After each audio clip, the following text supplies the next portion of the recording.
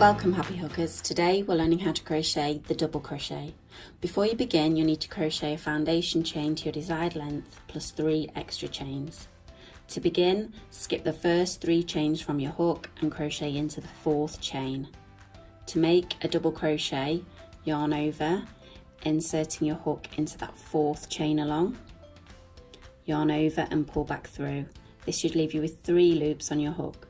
To complete the stitch, you're going to yarn over and pull through the first 2, and then yarn over again and pull through the second 2. You've now created your first double crochet. Let's try that again. Yarn over, insert your hook into the next chain stitch, yarn over and pull back through, yarn over, pull through the first 2, yarn over and pull through the second 2. One more time.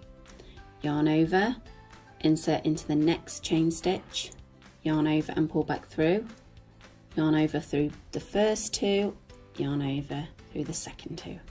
Continue crocheting 1 double crochet in every chain stitch until you reach the end.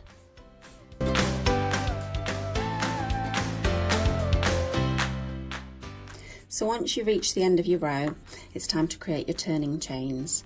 And with the double crochet, because it's quite a tall stitch, we create 3 chains. So yarn over and pull through the loop, yarn over, pull through the loop, yarn over and pull through the loop. And now we need to turn our work so we're crocheting in the opposite direction. Now if you've watched my previous video about the single crochet and the half double crochet, you'll note that from the half double crochet and any stitch larger than this, the turning chains actually count as the first stitch. So what we need to do for the next stitch is we need to skip the 3 turning chains. We need to skip the first stitch, which is here. And if you're having trouble, just follow it up from the bottom and you'll see where that first stitch sits here. And we're actually going to double crochet into the second stitch along the work. So we yarn over, insert into that second stitch, yarn over and pull back through, 3 loops on the hook, and then to finish the stitch we yarn over and pull through 2, yarn over and pull through 2. Let's try that one more time.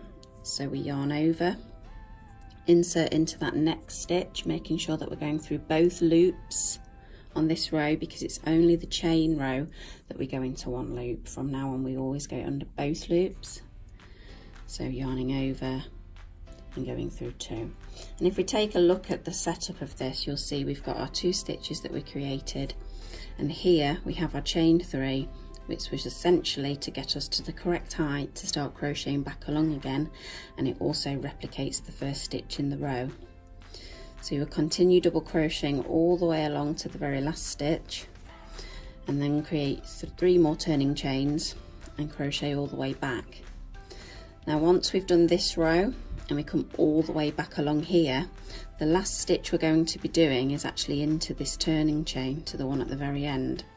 And now often beginners struggle to see, and you may have to loosen it up just to find that very 3rd chain that we did, the one at the top here, and that will be your last stitch of that row before you chain 3 and go back along the other way.